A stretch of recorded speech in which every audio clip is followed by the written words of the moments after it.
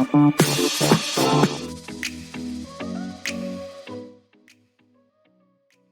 welcome to FootyWit podcast, the final episode on our Euro 2020 preview. My name is Ehis Anthony, and I'm not here alone. I think Dipo has turned into a regular podcaster on this Euro 2020 preview. Dipo, it's nice to have you. What's up? Hey, hi, it's good to be back again for the second or third time, I guess. Third time in a row. I'm glad I'm here because I'm praying it comes home. So yeah, that's this is the only thing that keeps me going. Basically, talking about England making it to the finals of a major tournament since 1966. So here we are. Yeah, we are to talk about football, but a little matter. Just before we go into into what we're here to do, which is to preview the final of the Euro 2020 Championship, the competition. It's been lovely. We've seen a lot of exciting games, but there is one that is close to us, close to our hearts, kind of, from one of our boss sponsoring, Bola Akindele, the 4th edition. The finals will be on Sunday for the under 15 boys and the under 15 girls. Under 15 girls and the under 15 boys, in that order. So it's going to be holding at Campus Square. We talked about it in our initial episode when it was about to start. It was like a month ago. Yeah. May 8th. Yeah, May 8th precisely. That was when it started. And the competition, Dipo will be giving us info about how because we follow the competition really. So, but this Sunday, July 11th, is the final of the final. And the games will be between, for the guys, will be between Ultimate FC versus Double Stars. And for the female, Supra Queens versus Ikena Queens. These names, man. You just have to come up with something at least. Yeah.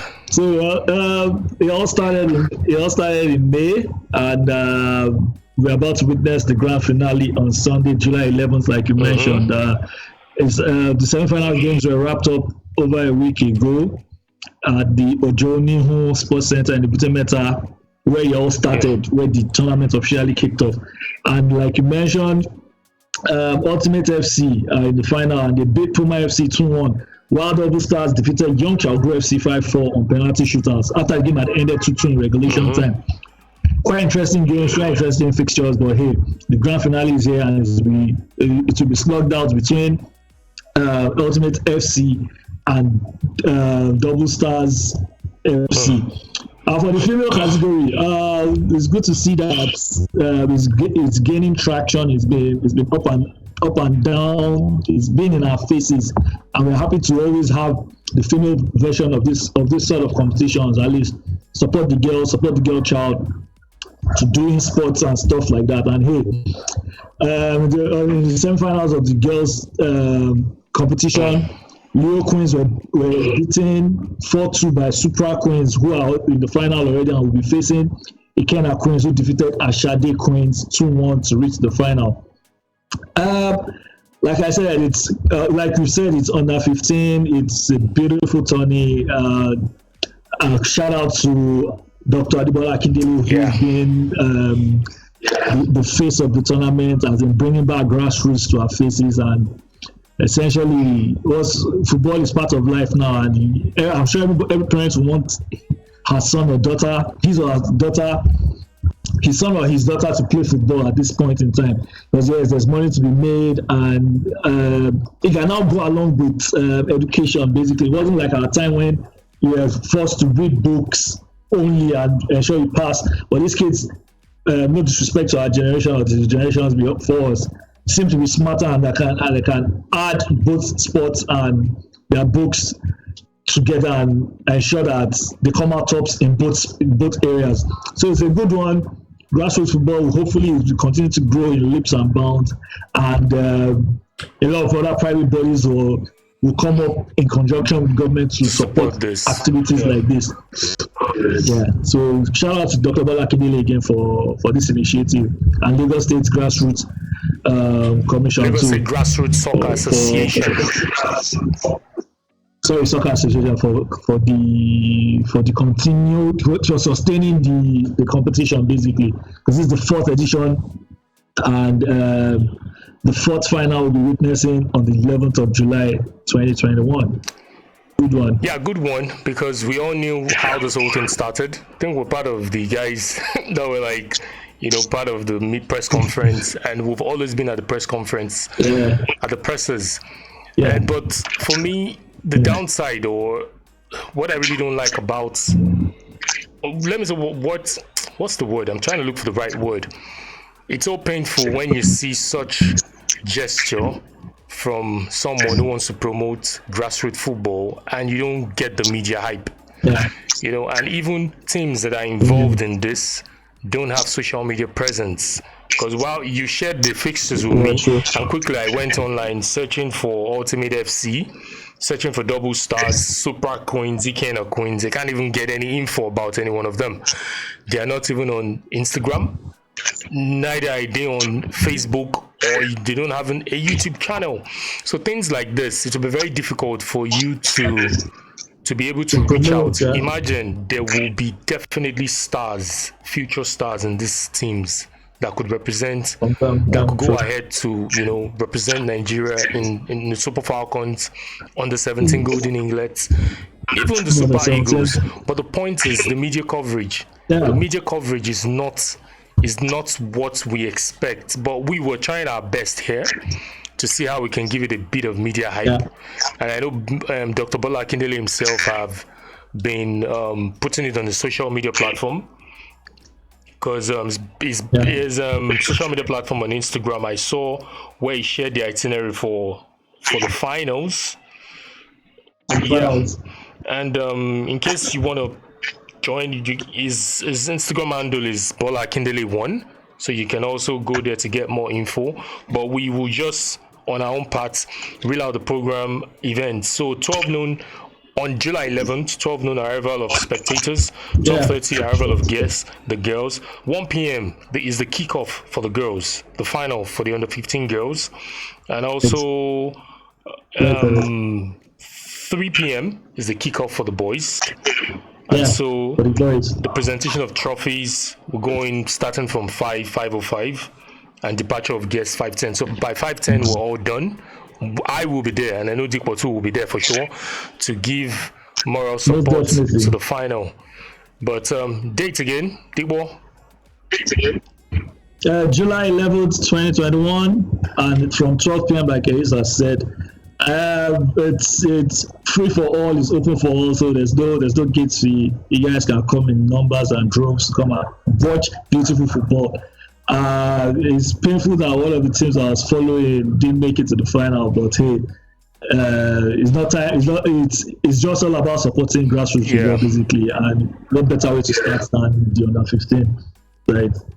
So we have our caps, face caps, and we'll have our shirts to wear at the final that day. Yeah. So we'll be representing FootyWit podcast to be there to do the little we can do, give a media hype, and also bring back the results. So, but we hope these guys for joining their careers to represent Super Eagles and also the Golden Eaglets.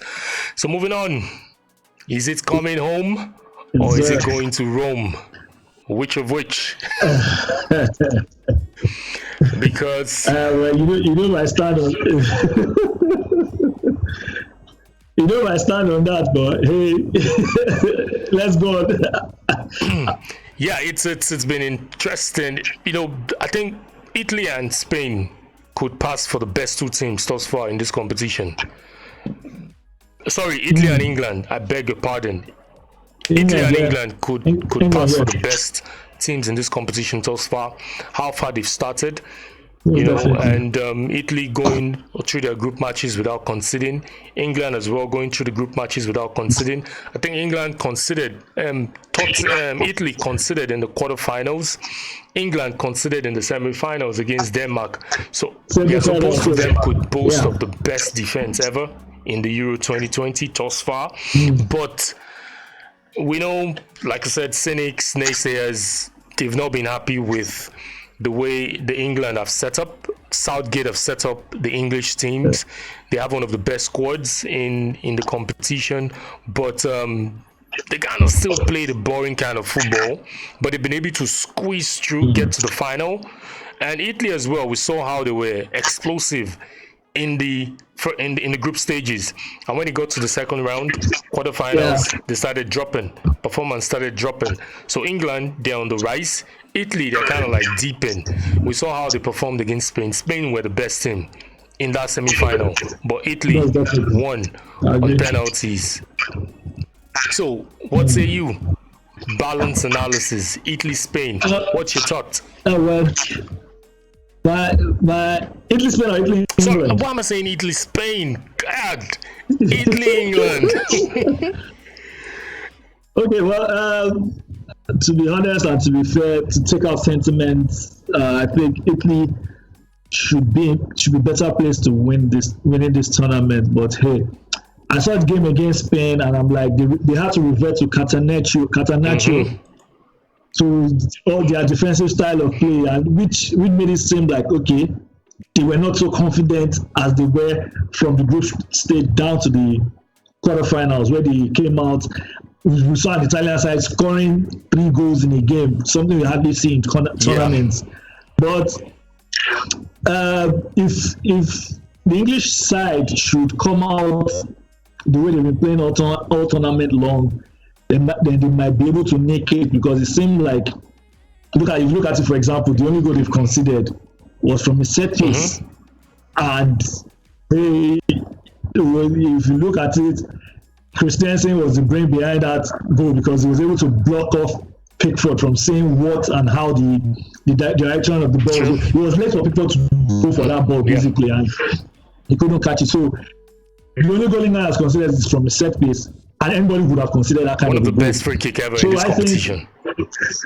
I'm telling you, and I think if England can hold their own, don't concede free kicks at the edge of the box and stuff like that, or don't concede free kicks that are close to goal, then they should be able to hold their own in that regard. Now, going forward is where I have a problem.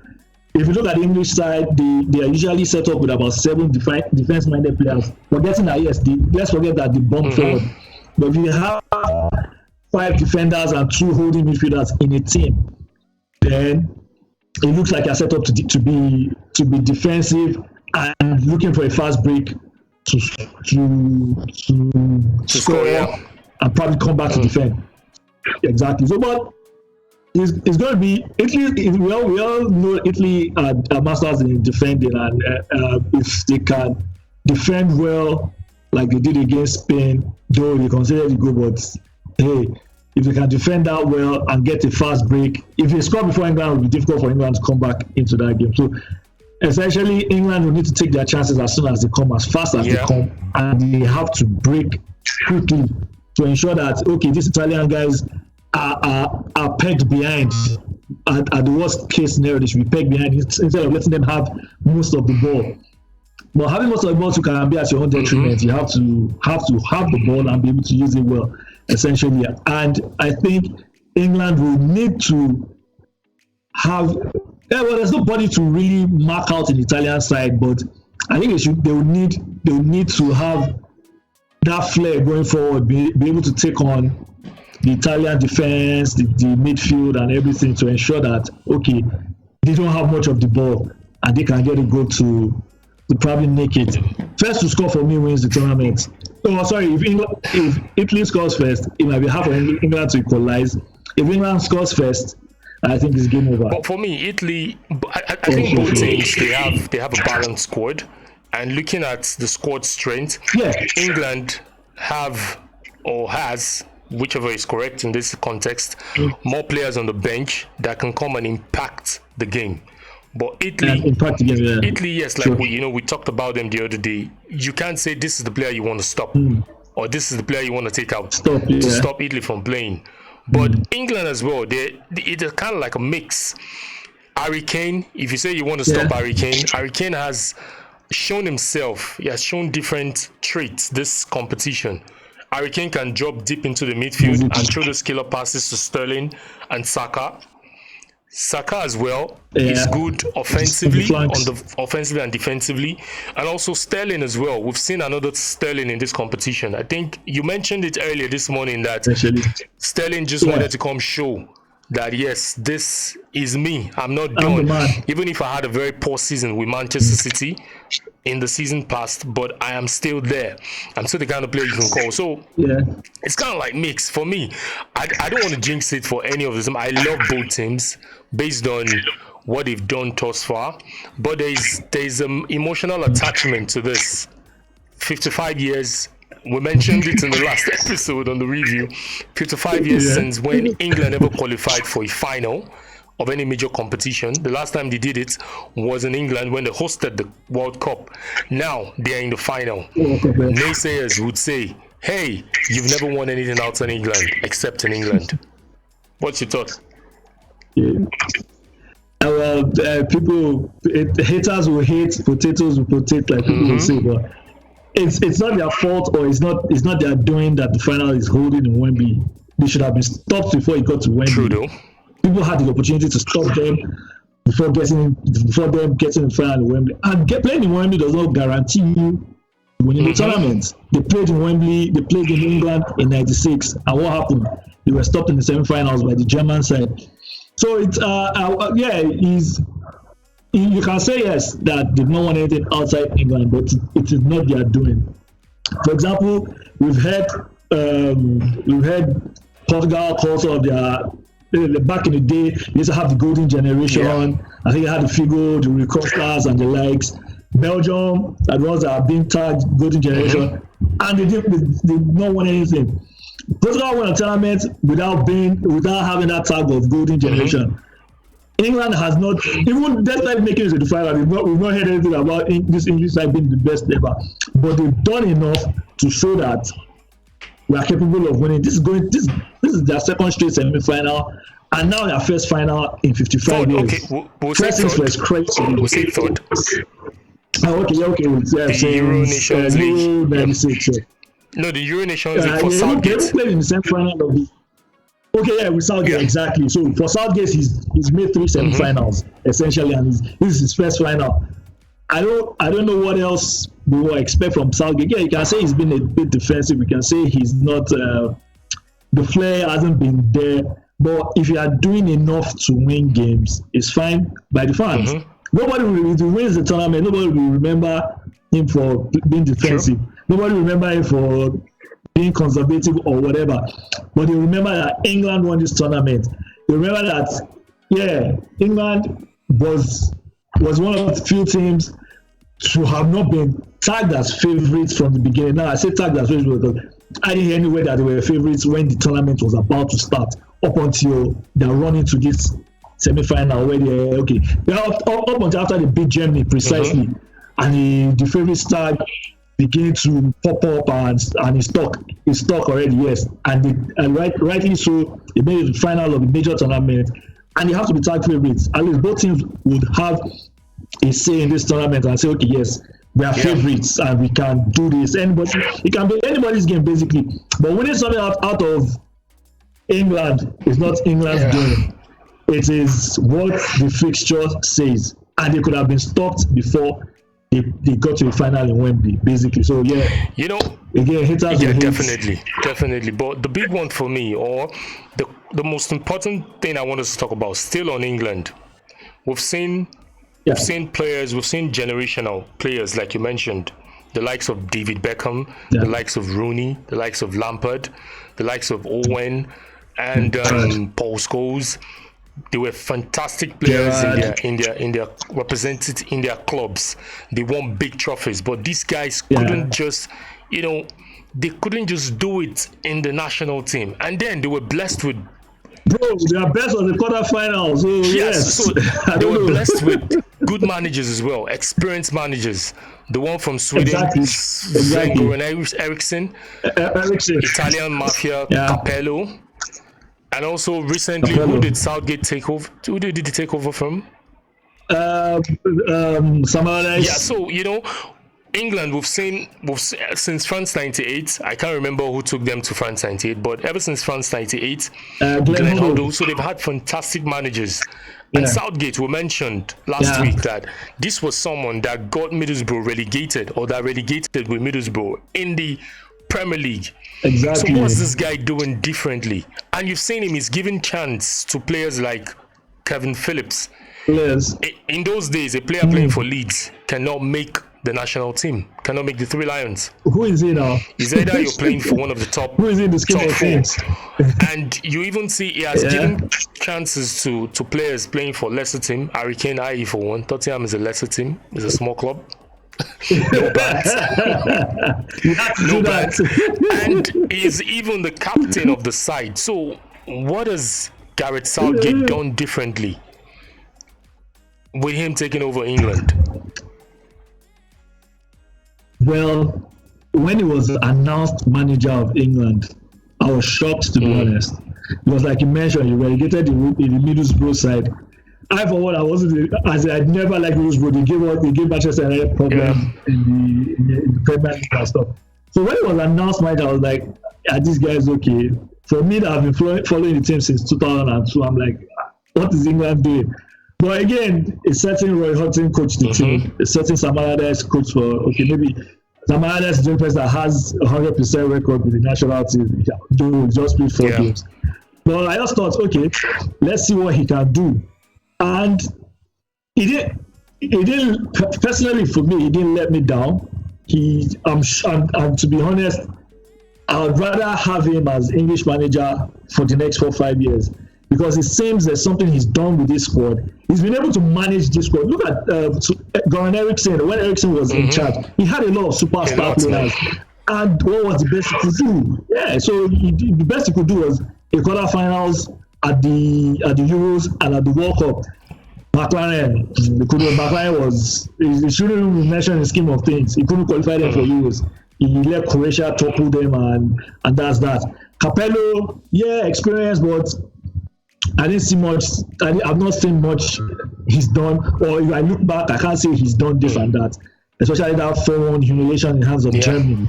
Stuart Pearce was caretaker for just a game. So that he shouldn't even come up in this conversation. Then Roy Hodgson saw that, he took Fulham to Europa League final, I think.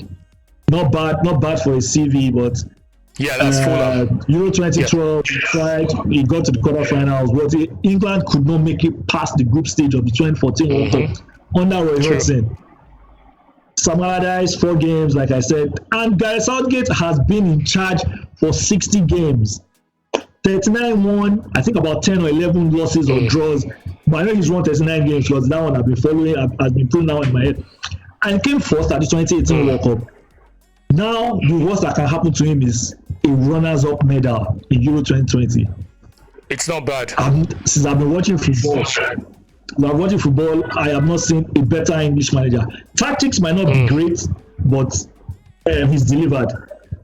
When I say delivered, yes, he's done what his predecessors have not been able to do. True. I can't remember, there was a day I was having a conversation with my nephew, and it was like, Dipo, this England team that you've been shouting.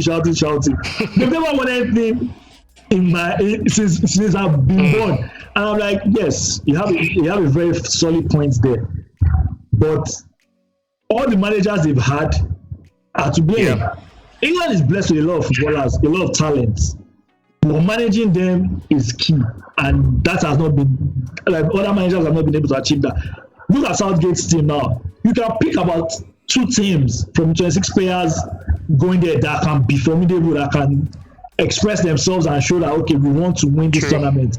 That's having the mindset of a great manager. That's been a great manager, because for you to be able to pick teams. There are players that were dropped. A player like Ward-Prowse should be in this tournament, for crying out loud. But you have a Calvin Phillips in this tournament who's played, and whenever he's played, they'll rather take out a Declan Rice than take out a Calvin Phillips. So, guys, Southgate, kudos to him. He's done well so far in 60 games.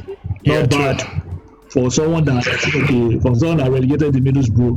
He's now become the cornerstone of English football. But I would just like to drop this. I was mentioning to you earlier, is it yesterday or today, that the English press, the media, they gave him a good one, because there was something they did in that match. They brought in what's his name, Grealish, and you substituted him again.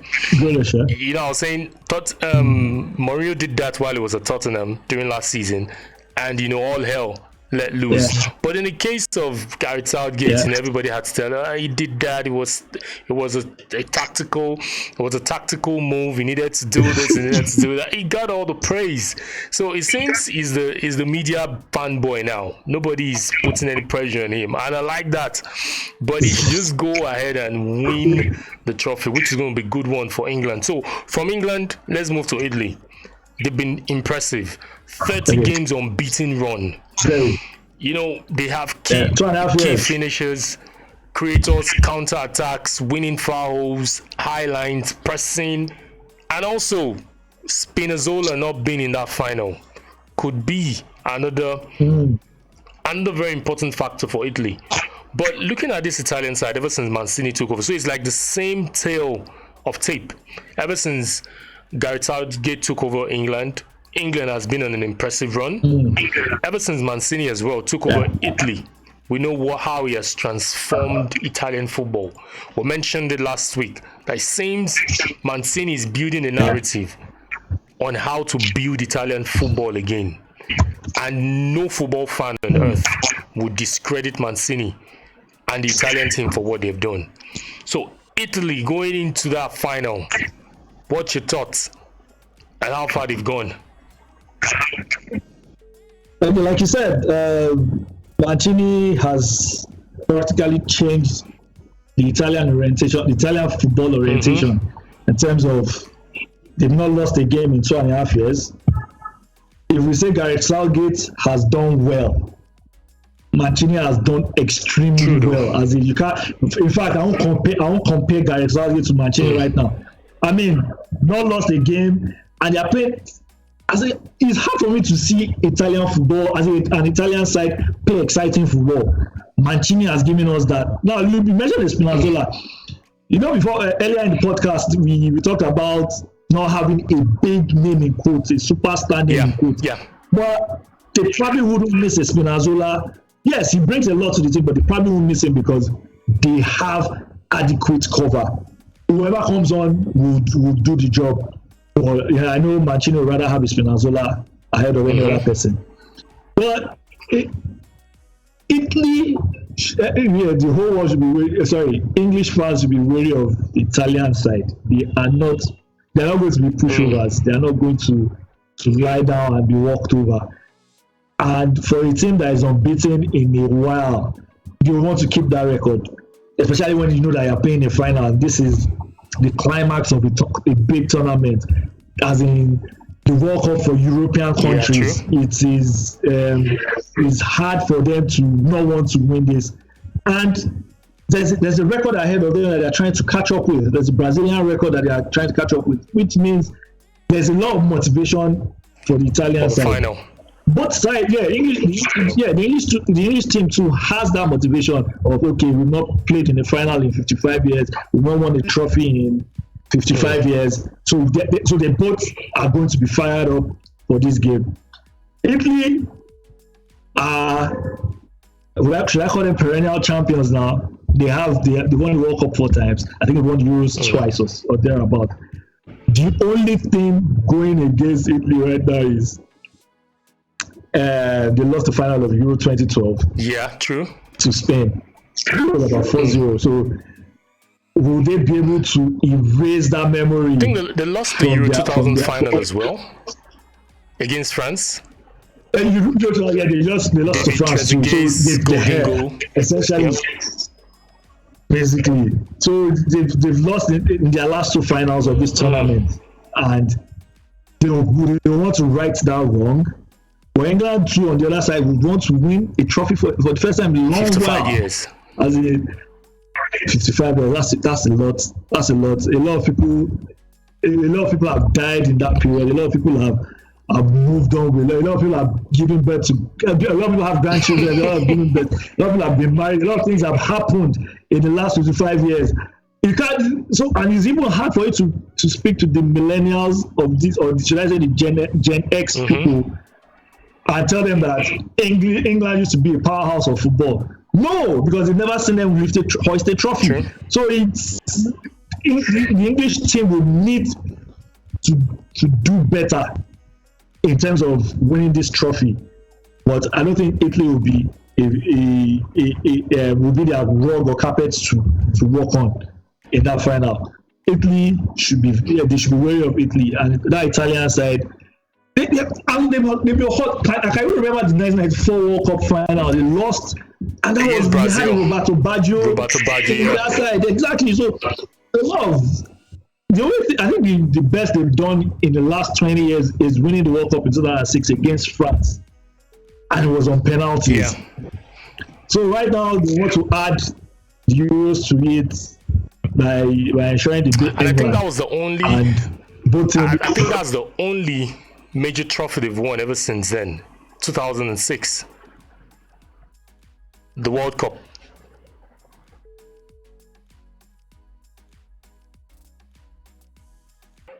Yeah, 2006 was the last major trophy they won, which is the World Cup in Germany. Yeah. So for me, the Italian side, formidable. Now, there will be no Spinazzola, definitely. Looking at the front three, it's still looking at Italy throughout this competition. You can't say this is where their strength, or I foresee. Let me not say everybody. I can't really point that this is where their strength lies. I think they're just good in every area. The defense, the midfield, the attack. Though the attack have been firing blanks for the past 2 games. I think Insigne scored against Belgium, but Cyril Mobile haven't scored ever since in the group stage, so he's been firing blanks. We could say yes, he's been firing blanks. Now, what does Italy need to do right on Sunday to win this trophy? 2006 was the last time they won a major trophy. What do they need to do? And I think they should just play as a collective. It does not matter if the striker scores or not. I think the most important thing is for them to get a goal and show that for every weakness in terms of their point line not scoring a goal, there's always someone that will come through for them. And they've done that relatively well. So I think if you won't be worried about getting goals, if the chances come, they'll probably take 1 or 2 of them. The question is, will they be able to create chances? And why I ask that is Kyle Walker and Luke Shaw have been fantastic going forward and defensively for England. And now we have central back pairing of Harry Kane, Harry Maguire, and John Stones. But not to forget Calvin Phillips and Declan Rice. I think I'll give those two. I'll give them more credit when I'm going to say who's been the go-to guys for England. I'll give them more credit because they were able to shield that defense line of the English national team. Now, what he needs to do is, if they can break those 2 guys, then it is woo for them. They'll probably just have a way to getting into the back of the net. Harry Kane, Harry Maguire, and and John Stones have not done much in terms of their defensive duties. I'm not saying they are not good, but I'm saying they have adequate cover. It's like in basketball, when you expect only LeBron James to do this, without an Anthony Davis and the other guys, no support cast to step up. So imagine they didn't have such players in Calvin Phillips and Declan Rice shielding that defense. My brother, I think England would have been exposed long ago in the tournament, maybe from the game against Croatia. But again, Italy needs to approach the game with no respect or no fear whatsoever and ensure that, okay, they break these guys, break them down, take them for a run. If you remember the Champions League final between Man City and Chelsea, Man City didn't field a defensive midfielder in that game. Experimenting. And N'Golo Kante having a field day was like, that was what made people think N'Golo Kante should be given the Ballon d'Or. Or because for example, if you can see one particular person running all over the pitch, obviously you think he's doing most of the work. But no, there's nobody tracking him. There's nobody following up with him, and that's where Italy will come in. Do you think Italy's defense is going to be an X factor in that final? Because looking at the combined age of Bonucci and Chiellini, they don't have the pace, they don't have the legs. Sterling, Saka, they're ready to run that day at anything. So do you think we saw Denmark? They started on the front foot. When they got to the 55th, 60th minutes, they got tired, they gassed out. I'm sure if Denmark had the opportunity to be given the penalty shootout as at the 70th minute of that match, they would take it, because you could see they were all out. So is this an X factor? Is it going to be a leak for England, for someone like Sterling and Saka to, penetrate those tired or those aged defenders? I think Bonucci and Chiellini will be the list of the English national team worries. I don't see them. Yeah, solid defenders, and they've been great thus far in this tournament. I don't take anything away from them, but with the pace that the English wingers or midfielders have, it's going to be hard for Bonucci to catch up. Now, for example, if I was in Gareth Southgate, I would have started a Jack Grealish who's able to draw fouls and playing from like the number 10 position, frustrate these guys, get a foul or a penalty, one or two of the, as in get set pieces that will keep frustrating them, and maybe probably just get them in the books and keep them cautious so they won't be able to come out strong against in terms of marking, because they'll be wary of getting a red card. I think the English team have enough pace to stifle whatever threat Bonucci and Chiellini might push to them. They're not. I don't think they should be worried about those two. I don't think they should be worried about creating chances and taking those chances. And those chances will come, but taking them is essentially what we need them to do. Fingers crossed, man. Can't wait for the final. Can't wait for the final. I'm not going to do any prediction, but I'm going to put you on the spot. You're going to do the prediction. I don't know. Chimamaka was supposed to join us, but I don't know why he's not joining. But I don't know, one or two reasons. He's trying to call me up, but I can't pick the calls right now. But we just move on. So to round off this episode, I think there's the fifth and the final episode for the Euro 2020 preview. We'll be doing our combined 11 for the two teams, Italy and England. So it's going to be an interesting one, because these guys, they're just too good. Both teams, too good. So starting from the goalkeeping position, Jordan Pickford and Donnarumma. Who do you go for? Donnarumma. I think that just hits it, because that guy, 22-year-old, looks more matured. You see in between the sticks is matured. Yeah. Jordan Pickford here and there. There's a bit. We saw what he did against Denmark twice. And his bit's quite dominant. At two different occasions, Jordan Pickford made some errors, and that could have led to Denmark scoring 2 goals. But it is what it is. Right back, I think both of them used the same. There's a start. Okay.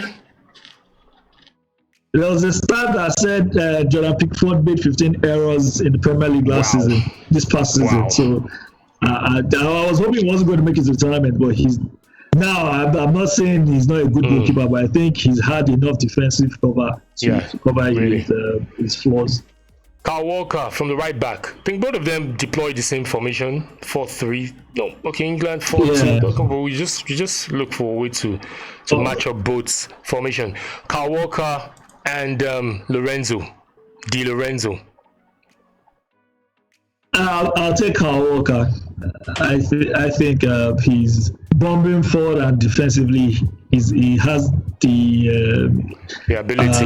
You have the edge for me. Di Lorenzo has not that he's been camera shy in the tournament, but I think Walker has been more of an impact than Di Lorenzo. I think in the game against Denmark, where the commentator mentioned nobody has outpaced Walker in this competition in the Euro 2020, and he's in his 30s. Wow. So left back. I would have gone for Spinazzola, but it's a pity. Emerson will be starting. Emerson, Luke Shaw. I think that's a straight one. I'll pick a Luke Shaw every day and 3 times on Sunday. 3 assists in this tournament already. I think Luke Shaw has that. So in the central defense from the right side, Bonucci, John Stones. John Stones, Mamura. Well, I'll go for Bonucci.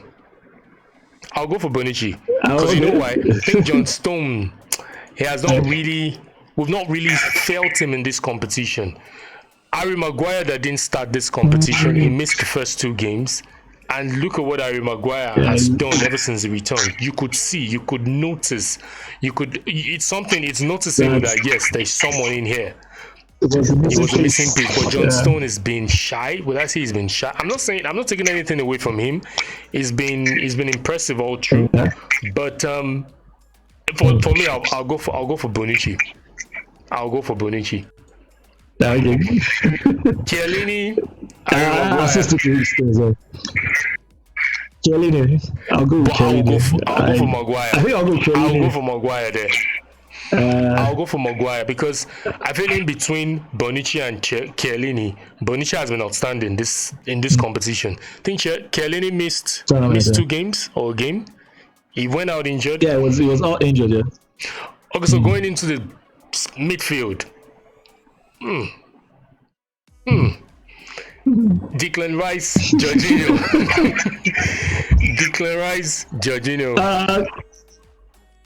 Jorginho. I'll go for Jorginho too. Barella, Kevin Phillips. Kevin Phillips for me as well.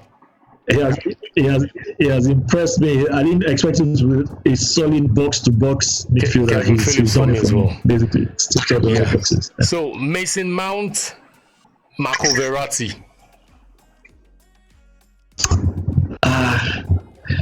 To be honest, I've not really felt Mason Mount in this tournament. So I think I'll go with Verratti. Though Verratti had a late start, but his experience will come for something. Okay, Marco Verratti. So from the wings, Insigne, Sterling. His goals was count for something. His assist was step up for something too. Insigne. Well, yeah, Sterling has been the man of the tournament for England. It's carried England by a bit. On the right, Chiesa, Saka. Who was playing there before Chiesa started? I think it was Barella. No. The number 11, what's his name? Berardi. I think it was Berardi that was starting. Oh yeah, Berardi. Sorry, not Barella. It was the bad thing that confused me. Chiesa, Saka, Bukayo Saka. I'll take Chiesa. He scored 2 important goals for the Italian side. Yeah, true. Yeah, I'll go for Chiesa as well. Though I'm an Arsenal fan, but I'll go for Chiesa there. No, I'm so glad Saka is in that team because he's done great for his age. I'll go for Saka there. He's done great for his age. Cyril Immobile, Harry Kane. Harry Kane every day and 3 times. Yeah, Harry Kane for me as well. Because Immobile we started like house on fire, and after the 2 games. I'm telling you, he just dropped. Yeah. So looking at our combined 11, I think England has more players. Or let's go over it again. Let's just go over it again. In goal is Donnarumma. On the right hand flank is Kyle Walker. I went for Bonucci. You went for John Stone. I went for Harry Maguire. You went for Chiellini. Luke Shaw, left back. In the middle of the park, Kevin Phillips. Over Barella. No, Jorginho and Declan Rice. I picked Jorginho too. Marco Verratti, Mason Mount. I picked Verratti. Chiesa over Saka. Kane over Immobile. And Sterling over Insigne. So it's like England has more players. More players. Yeah. But I hope No sentiments. So I just No, it wasn't. We just had to pick that combined 11 based on performance and based on how far they've gone in this competition. So we hope. For me, the only thing, also prediction before I say the final words. Oh, okay. 2-1 England. 2-1 England. I just had to pick England anyway because they've been my team all through. So yeah. Someone said Italy should do the job, so the whole world will not hear. The whole world will calm down by Monday, because.